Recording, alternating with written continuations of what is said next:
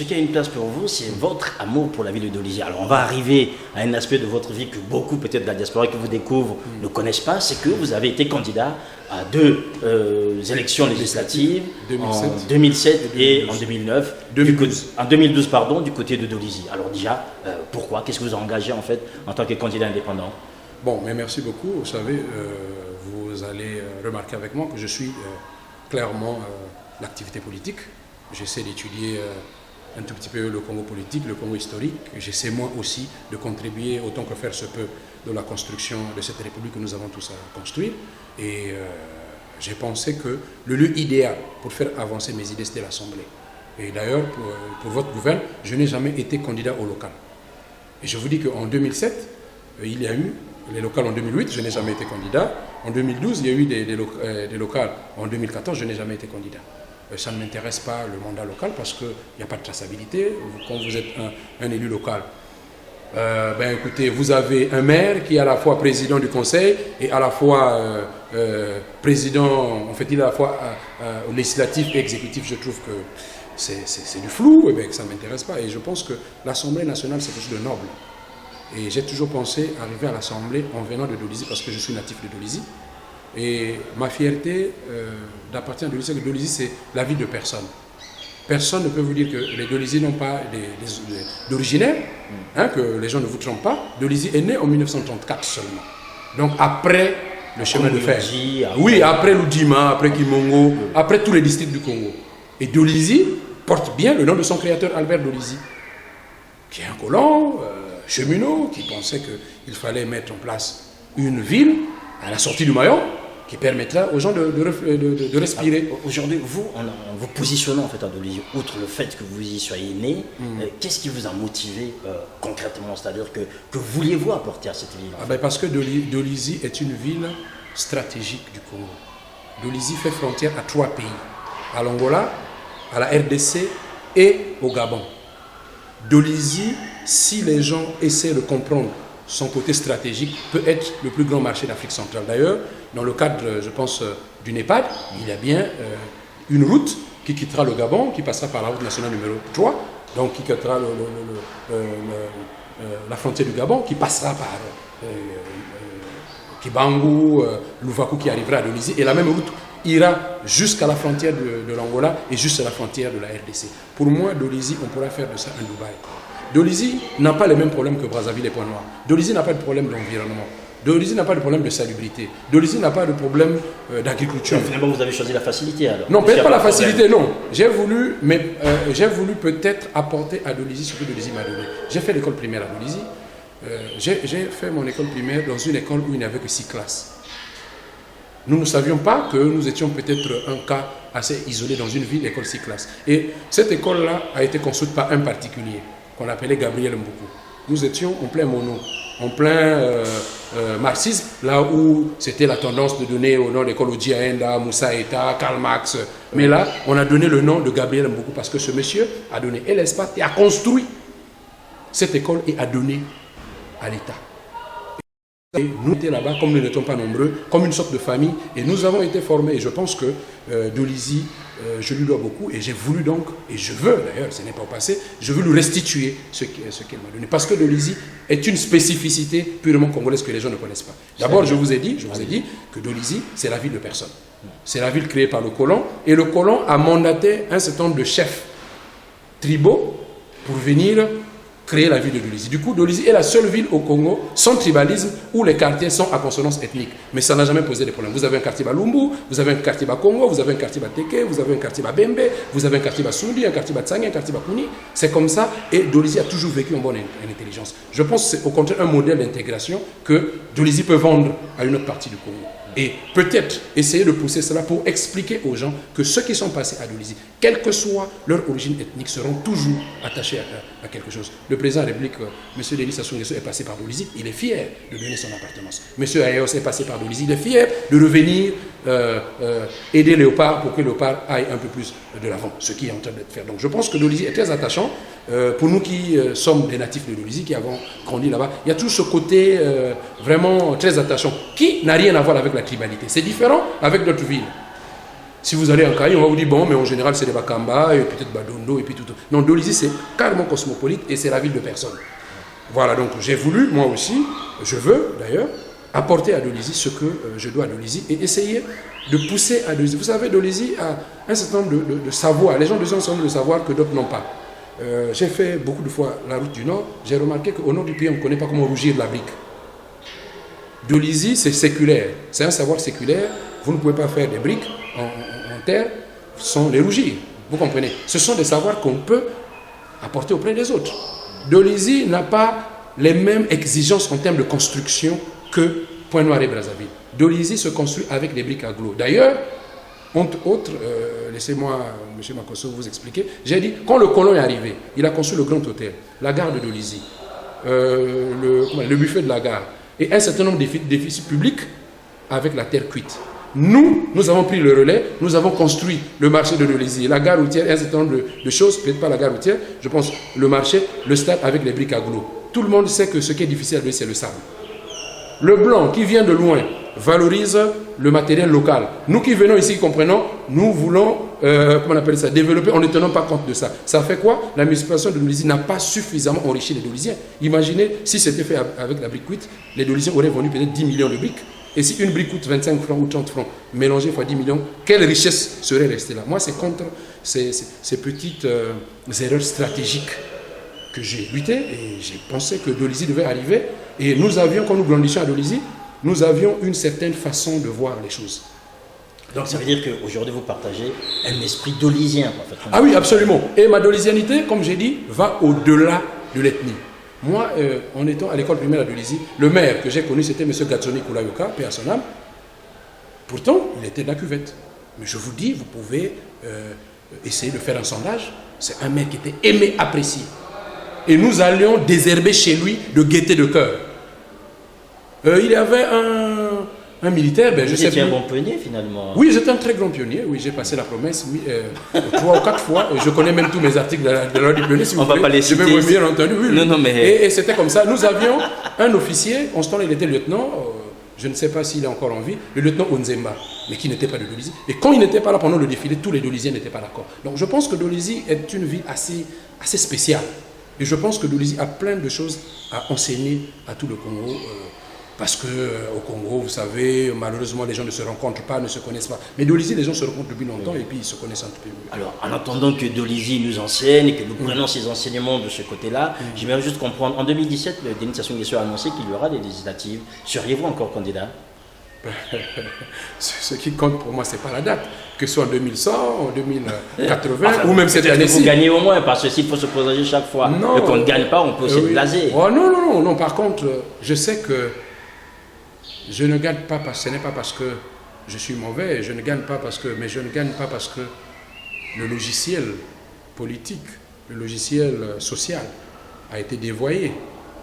Aujourd'hui, il y a des politiques qui se mènent aujourd'hui avec, comment on appelle ça, c'est la corruption. Hein, on fait filer des bas, il faut venir installer une antenne qui reçoit voir les images étrangères, vous avez fait une trompe, voilà, où carrément les candidats deviennent l'État, je pense que c'est ça. Et vous savez, Lionel Messi, c'est le plus grand joueur du monde, mais si vous dites que non, pour jouer, si vous touchez le pied au ballon gauche, c'est une touche, il raccrochera les crampons.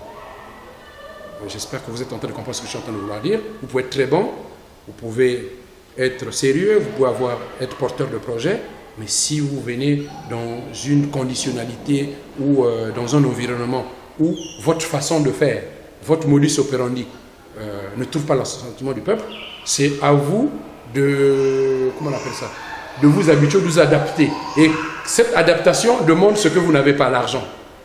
Ok? Et donc, pour 2017, vous jetez l'éponge? Non, je ne jetterai jamais l'éponge. Je vous ai dit que non, ce n'est pas la date qui m'intéresse.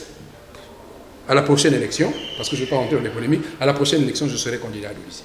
D'accord. Et vous savez, j'ai un ami qui avait fait ça pour le bac. Il a fait une fois le bac, il n'a pas eu, 2 fois, 3 fois. À la 3e fois, il a dit, bon, je ne me plaindrai plus. Puisque on organisera toujours chaque année le bac. Même 100 ans, je ferai. Si je suis en vie, je le ferai. Il a fini par l'avoir. Je ne sais pas, je ne peux pas vous dire combien d'années plus tard, mais c'est comme ça. Je pense que mon engagement pour l'Élysée est sincère. Ça n'a pas besoin d'être, comment on appelle ça, prouvé quoi que ce soit. Je serai candidat et autant que Dieu me donnera et l'énergie et les moyens, je me débrouille à toujours apporter. Et je suis sûr que ce que je veux apporter à l'Élysée fera tâche. Et donc vous ne distribuez pas les billets de 1000 francs. Mais parce que je n'en ai pas d'abord. Je veux vous dire, je suis un Congolais qui vit au Congo, je n'ai jamais connu c'est quoi un bulletin de paye. Donc je vis avec mes propres efforts, je vis avec ma propre stratégie et je sais que l'argent ne se distribue pas, l'argent se gagne. Moi non plus, je ne cherche pas quelque part. Sinon, je peux me faire accompagner ou chaperonner, comme les gens disent, auprès de quelqu'un, ou sponsoriser, il y a même les mots. On a mené la sous-traitance même en politique. Moi, je ne suis pas sous-traitant. Sinon, il y a la possibilité d'être sous-traitant. Et ça, c'est contre les valeurs, qu'on appelle ça, les écueils qui font que la marche ne marche pas. Le Congo ne marche pas. Vous êtes, pour parler aux Doliziens, vous êtes obligé d'être envoyé par quelqu'un qui ne connaît pas Dolisie. Moi, j'appelle ça la sous-traitance politique et je ne suis pas d'accord avec la sous-traitance politique. Et finalement, pourquoi les populations ne comprennent pas, en fait, ce que vous décriez, vous, là, maintenant? Bon, mais déjà nous sommes une société à tradition orale. Vous savez, quand vous êtes une société à tradition orale, tout ce qui est écrit ne compte pas.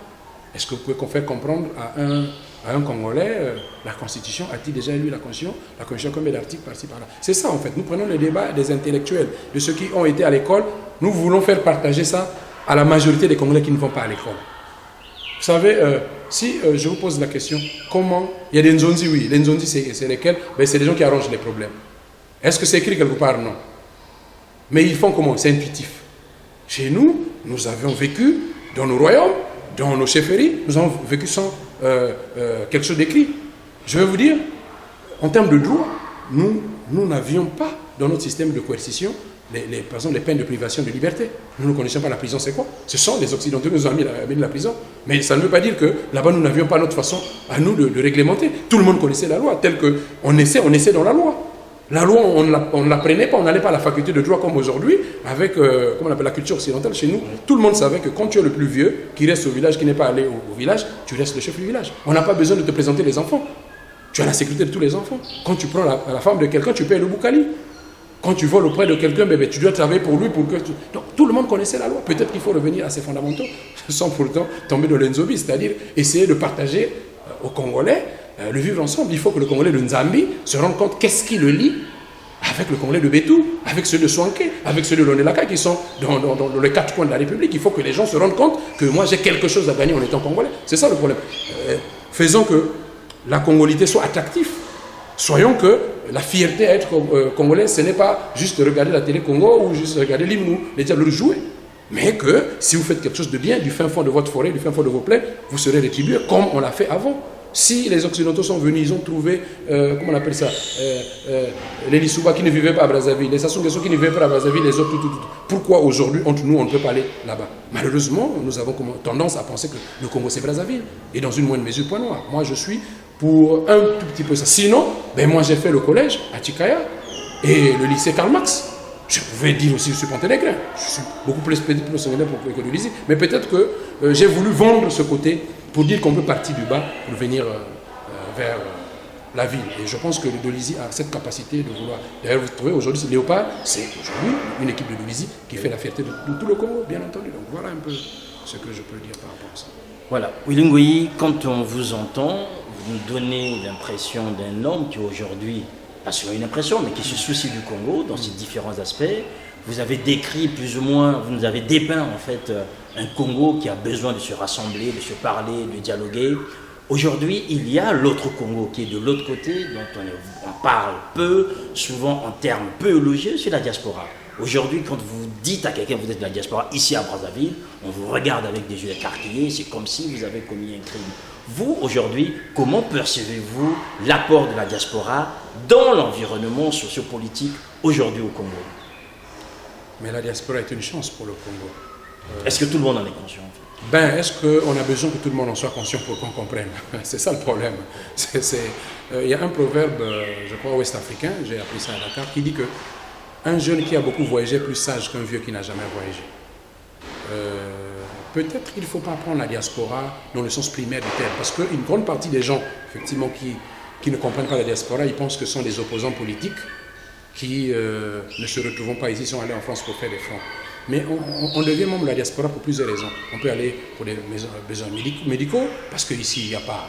On peut aller pour des besoins de formation. Il faut comprendre que c'est même peut-être quelques années que nous avons commencé avec quelques cycles de doctorat, mais c'est timide. Beaucoup de gens savent que dans beaucoup de domaines, pour être docteur, il faut avoir été à l'étranger. L'avantage de la diaspora, c'est quoi? C'est des gens qui ont des savoirs que les Congolais ont et les savoirs des autres qui peuvent en fait vous, comment on appelle ça, vous apporter. Et nombreux ont fait de leur diaspora leur cheval de bataille pour réussir. Et en Afrique de l'Ouest, la diaspora est organisée, la diaspora contribue directement à la marche. Et la diaspora a tous les égards qu'il faut parce qu'ils savent que les budgets viennent même de la diaspora. Et nous, au Congo, je prendrai plus large en Afrique, nous sommes des gens qui ne connaissent pas les apports de la diaspora. Je vais aller d'abord dans plus de globalité en Afrique pour revenir au Congo. Vous avez des Noirs américains qui sont devenus aujourd'hui des acteurs de cinéma, des stars de foot, des stars de basket, bref. Qu'avons-nous fait? Que font les Africains pour essayer d'intéresser ces Noirs, donc ces Africains américains, pour investir au Congo, en Afrique?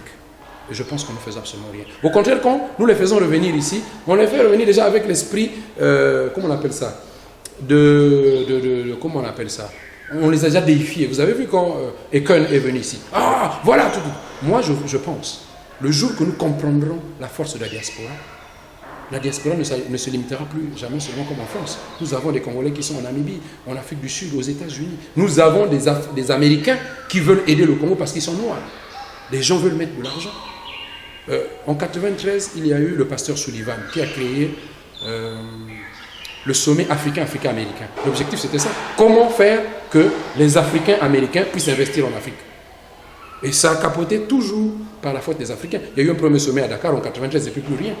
Je pense que c'est évocateur de la perception que nous avons de la diaspora.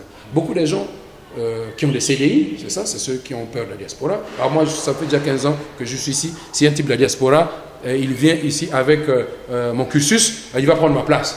Parce que la diaspora fait peur. Absolument, absolument. Mais vous savez, nous sommes dans un contexte de concurrence, d'adversité. Et que les gens, au lieu de voir comment on peut faire que la diaspora puisse contribuer un tant soit peu à faire avancer les choses, beaucoup de gens vivent la diaspora comme une sorte de menace. Oui.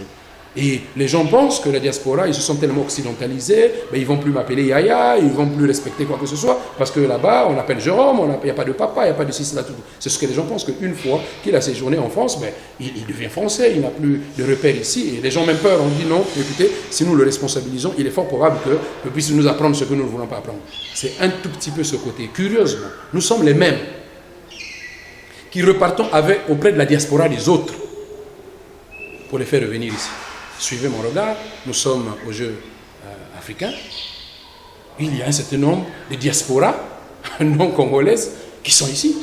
Et c'est avec fierté que nous sommes en train de les recevoir, alors que nous sommes incapables de recevoir avec la même fierté et les mêmes égards notre propre diaspora. Je pense, le président a essayé de mettre, je crois, un cabinet. Oui, il y a un département congolais d'étrangers. Mais l'erreur, c'est celle-là. Il aurait fallu un ministère? Même pas un ministère. On n'a pas besoin. Les Américains sont toujours champions de toutes catégories, de toutes les médailles pendant les Jeux Olympiques. Ils n'ont pas de ministre sport. Ils ont les meilleures universités au monde. Ils n'ont pas de ministre de l'éducation. Non, il faut un cadre. Que veut la diaspora? Nombreux veulent travailler, d'autres veulent investir, d'autres veulent apporter des partenariats, créer une agence qui facilitera le crédit, qui facilitera l'installation, qui facilitera les investissements, qui facilitera un certain nombre de choses. Et cette agence n'est pas obligée d'être attachée à qui que ce soit. Ça peut être un partenariat public-privé. De toutes les façons, je ne fais pas trop confiance lorsque les relents politiques ou les considérations d'ordre subjectif se mêlent. Qui devrait prendre la responsabilité de créer en fait cette agence, par exemple? Est-ce que ce sont les membres de la diaspora eux-mêmes ou encore les pouvoirs publics qui devraient s'en saisir et que voilà. Mais le développement ne se fait pas par hasard. Il faut des instituts de veille stratégique. Nous devons avoir la veille stratégique. Nous n'en avions peut-être pas. Qui devait décider? Mais c'est la veille stratégique. Qui est le lobby qui fait que les États-Unis supportent toujours Israël? Vous ne pouvez pas me nommer. Ce n'est pas un cabinet qui est clair.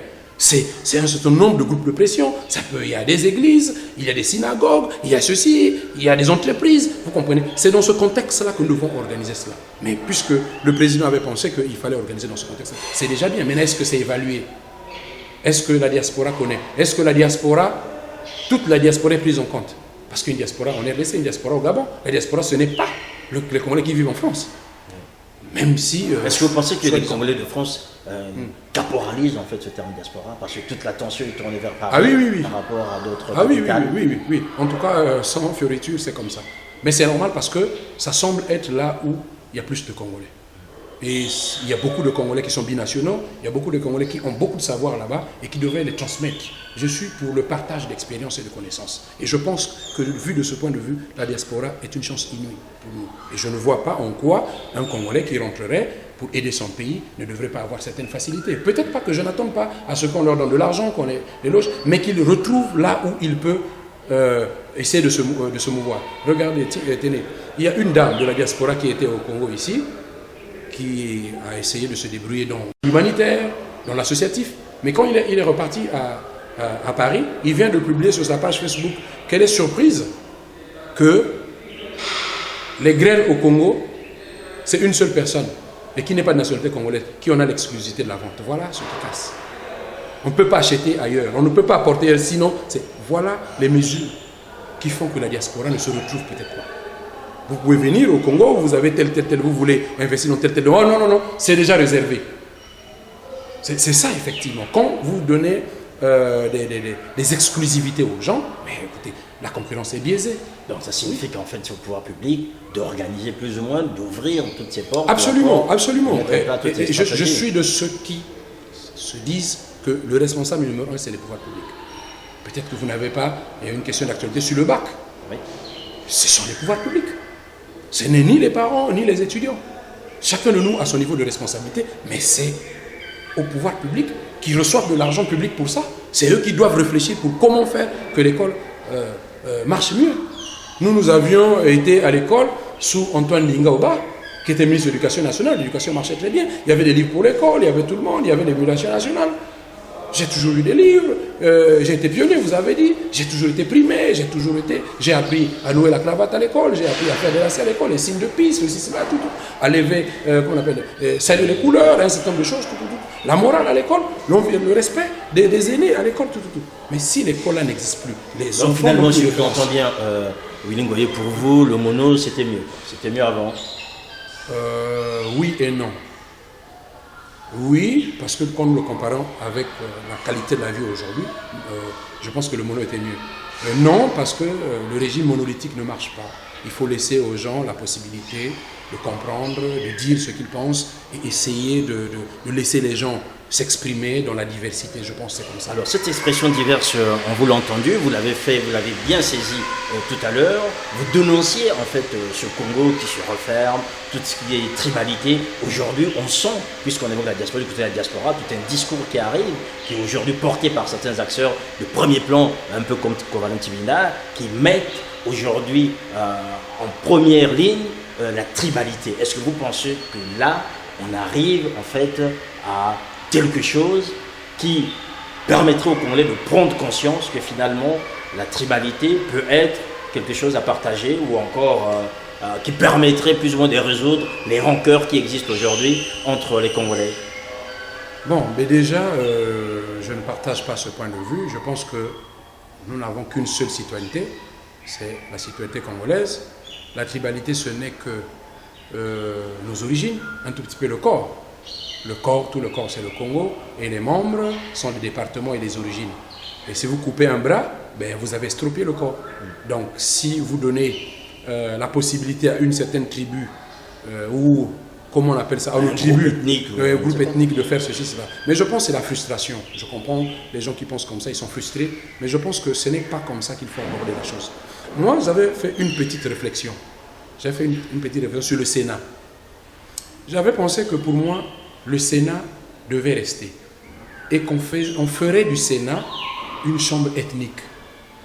Je m'explique. Vous rejoignez. Oui, non, je ne rejoins pas. Je vais vous expliquer. Le Sénat est une chambre législative, comme l'Assemblée nationale. Mais outre son côté législatif, le Sénat a deux autres attributions constitutionnelles. Modérateur de la République et conseiller de la République. Étant donné que nous sommes des sociétés qui se basent sur un certain nombre d'organisations, entre guillemets, ethniques ou sociales. Formelles aussi. Suivez, voilà. Et les sénateurs sont nommés par rapport au département. Ok?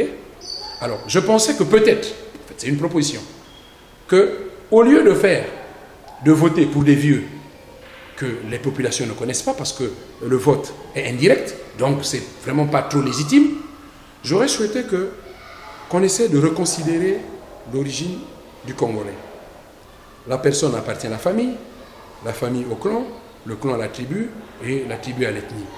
On pourrait faire que, peut-être, que, outre son côté législatif, que le Sénat soit composé des gens qui viendraient de tous les coins. Aujourd'hui, il y a autour de 70, je ne sais même pas combien de tribus, qu'on essaie de dire, ok, si aujourd'hui c'est tel clan, dans telle tribu, ok, ben 2 ans après, au lieu de changer, de faire comme en Europe, non, la rotation c'est trop sophistiqué, nous n'y comprenons absolument rien, faites que tous les 2 ans, si tel clan a été représenté au Sénat, c'est le tour de tel clan qui choisira, et tel clan aussi, peut-être que ça ferait un tout petit peu, ça donnerait un peu plus de légitimité et peut-être du contenu dans nos ethnies, parce que nous avons hérité des ethnies sans en savoir ce qu'il faut faire. Oui. Nous sommes en train d'aborder quelque chose de très très important. Nous avons les ethnies. À quoi servent les ethnies dans une république? À rien. Moi j'ai dit, ou alors nous bannissons nos ethnies, ou nous en donnons un contenu. Or, nous avons quelque chose en main sans qu'on en connaisse l'utilisation. Et ça fait que beaucoup de gens utilisent effectivement l'ethnie à des fins de domination. Vous savez bien, dans nos ethnies, avant même qu'on arrive à la politique, il y a des ethnies qui se disent supérieures aux autres. Le Vili pense qu'il est supérieur au Bayombe, le Kuni pense qu'il est supérieur au Sundi, le Bembe pense qu'il est supérieur au Mikenge, le Moshi pense qu'il est supérieur au Bagangou. C'est ça, effectivement, parce que c'est resté dans les têtes des gens. Donc je voudrais qu'on donne le contenu. Et s'il n'y a pas de contenu, bannissons ça. Pour moi, c'est comme ça. Ou nous utilisons notre tribalité, ou nous bannissons. Donc finalement, pour vous, aujourd'hui, la tribalité, c'est quelque chose, en fait, qui n'aide pas à construire le Congo. Ah oui, la tribalité qui s'arrête juste au simple motif que non, mais écoutez, nous de tel point, de telle tribu, nous ne nous retrouvons pas dans le Congo actuel dont nous voulons, non. Je pense que c'est le séparatisme. Nous n'avons pas notre part de gâteau. Nous, on l'a fait, pardon, c'est pas nous, on l'a fait au Soudan du Sud. On pensait que si les Noirs soudanais, donc les Négros soudanais, se retrouvent dans une république où ils seront contre eux, il y aura la paix. Mais aujourd'hui, au Sud-Soudan, on n'a pas trouvé qu'il y a eu la paix. Je pense que ce n'est pas dans la division que nous allons construire le Congo, mais nous devons nous parler, avoir le courage de nous affronter idéologiquement dans des débats. Nous devons discuter directement sans qu'il y ait a priori, sans qu'il y ait des menaces, sans qu'il y ait comment on appelle ça, des complots pour essayer de les mettre chacun en difficulté. Nous devons discuter et essayer d'arriver vers ce nouveau Congo. Voilà, arrivé vers ce nouveau Congo, Willy Ngoyi, nous espérons que vous avez eu le temps de dire les choses et nous espérons aussi que les hommes et les femmes qui vous ont écouté ont su prendre la mesure de vos préoccupations pour ce pays. Alors, vous allez maintenant regarder la caméra qui est en face de vous, dire quelque chose à ces hommes et ces femmes qui vous écoutent et qui prennent en compte le discours qui a été le vôtre par rapport à ce Congo qu'on veut construire en ce moment où les esprits sont plus ou moins échauffés ou encore que certains ont peur parce qu'on ne sait pas où va ce Congo d'ici 2016. Ben, je pense que les problèmes du Congo viennent de l'ignorance que nous avons du Congo. Nous ne connaissons pas très bien le Congo. Vous savez, beaucoup de Congolais sont nés, ils n'ont jamais voyagé. Même à Brazzaville ici, il y a des gens qui sont nés à Bakongo, qui ne sont jamais arrivés à Talangaï, les gens de Talangaï qui ne sont jamais arrivés à Diata, les gens de Diata qui ne sont jamais arrivés à Mfilou. Je pense que c'est une affaire d'ignorance. Nous avons même voulu diviser le Congo au rythme même, à la base même de nos langues vernaculaires. Entre un Congolais qui parlait Kituba, un Congolais qui parlait Lingala. Et je suis de ceux qui disent que et le Lingala et le Kituba, on n'a pas besoin de traduire parce que celui-là parle en Lingala, celui-là parle en Kituba, c'est la même chose. Zandu, Zandu, Makolo, Makulu, Nzela, Nzila. Donc je ne vois pas la différence qu'il y a, mais vous savez que nous avons mal utilisé nos différences, nous avons toujours voulu passer par nos différences pour essayer encore d'écarter un peu plus. Je pense que nous sommes un seul Congo, nous sommes une seule citoyenneté et nous pouvons travailler à dialoguer. Je pense qu'il faut que les Congolais poussent à dialoguer. Il faut que le jeune Congolais qui est à Djambala, un jour puisse aller passer des vacances à Kimongo. Et celui qui est à Madingoka puisse un jour aller passer les vacances à Pouya pour comprendre que le Congo ne s'arrête pas à son village, que le Congo ne s'arrête pas à sa langue, que le Congo ne s'arrête pas à la conception des choses, que le Congo est multiple. Je pense que ce qui pousse les gens aujourd'hui à ne pas comprendre ces choses-là, c'est le fait qu'ils ne comprennent pas qu'il y a d'autres Congolais qui ne mangent pas comme eux, qui ne croient pas comme eux et qui ne voient pas ou qui ne vivent pas comme eux. Nous voulons essayer de pousser, et je blâme la télé et la radio Congo, qui ne fait aucun travail de ce côté-là. Sinon, nous attendrions la pêche à Madingokai, la chasse à Leboulou, comment on appelle, la construction d'une maison à Okoyo. Nous voulons découvrir le Congo. Malheureusement, nous sommes en train de redécouvrir le Congo par des chaînes étrangères. Même nos propres richesses. Prenons par exemple les animaux. Nos enfants connaissent les animaux à la télé. Nous qui avons le Noabalendoki, nous qui avons la Conkwati, nous qui avons la Montfoiré, nous qui avons Odzala, nous ne connaissons même pas quelle est notre capacité en termes de réserve animalière. Je pense que c'est une façon, c'est aussi une interpellation. Je jette un peu le pavé dans la mare auprès de Télécongo, qui devait faire ce travail-là pour que les cultures puissent se dialoguer, pour que les gens puissent venir ensemble et comprendre que le Congo ne s'arrête pas à Talangaï, ne s'arrête pas à Diata, ne s'arrête pas en Kaï, mais le Congo est plus profond, plus grand que ça. D'ailleurs, même le Congo que nous peuplons là, que nous connaissons, c'est une infime partie par rapport à tout le Congo qui est inoccupé. Et ce Congo, une fois qu'il est compris comme ça là, peut-être que les gens comprendront que nous n'avons même pas 15 habitants au kilomètre carré. Peut-être que les Congolais là sauront que non, chacun de nous aura au moins, ne fût-ce que sa maison, chacun de nous aura sa possibilité de s'épanouir, parce que chez nous au Congo ici, le grand problème c'est ça. On vit, c'est comme si le Congo va s'arrêter demain. Vous trouvez, même là où il ne fallait pas vivre, les gens mettent des parcelles parce que les gens ne connaissent pas le Congo. On pense que c'est fini, si je ne prends pas maintenant là, demain après, ça ne marchera pas. Je voudrais que les Congolais essaient de se calmer et comprendre que cette fois-ci, nous avons besoin de discuter, mais directement, sans qu'il y ait des champions, que nous, notre champion, c'est celui-là. Non. Je pense que le vrai champion, c'est le Congo. Et je lance aussi un appel à ceux qui représentent le Congo institutionnel, c'est-à-dire les députés, les ministres, le président de la République, que la réalité que vous avez, la réalité qui vous parvient, est totalement biaisée. Et j'ai toujours pensé que le jour, au lieu de faire l'état de la nation du président de la République, ça devait être un jour où le président et les ministres et un certain nombre de choses un certain nombre de gens seraient devant la télé et on aurait fait passer les micros dans toute la République et que chaque coin de la République vous explique comment la nation se passe. C'est là qu'on comprendra, finalement eux, ils font 100 km pour venir à un hôpital, finalement ceux-là, ils n'ont pas de lycée parce que le président reçoit les informations qui sont biaisées parce que personne ne voulait dire que son département est mauvais. On dit non, ici c'est RAS. Je pense que c'est comme ça. Et si vous savez que le diagnostic, quand il est faussé, le traitement n'est jamais efficace. Je pense que nous sommes dans un contexte de diagnostic faussé, biaisé, parfois à dessein, et que les traitements ou les correctifs que nous comptons y apporter ne marchent toujours pas. Et nous pensons que c'est les Congolais qui ne comprennent pas ou qui n'acceptent pas. Mais cette fois-ci, laissez la possibilité aux Congolais de dire et que vous écoutez. Vous parlez trop à la place des Congolais. Nous voulons que cette fois-ci, laissez les Congolais parler et vous serez surpris de trouver que les Congolais soient capables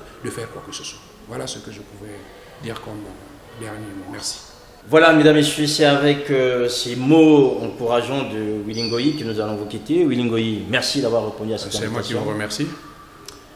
Voilà, mesdames et messieurs, nous vous remercions de nous avoir suivis. Merci à Noko Kumunga Koso pour les images, Natif Ferrari et toute l'équipe de Zana TV ici du côté de Brazzaville. Portez-vous bien et à très bientôt. Au revoir.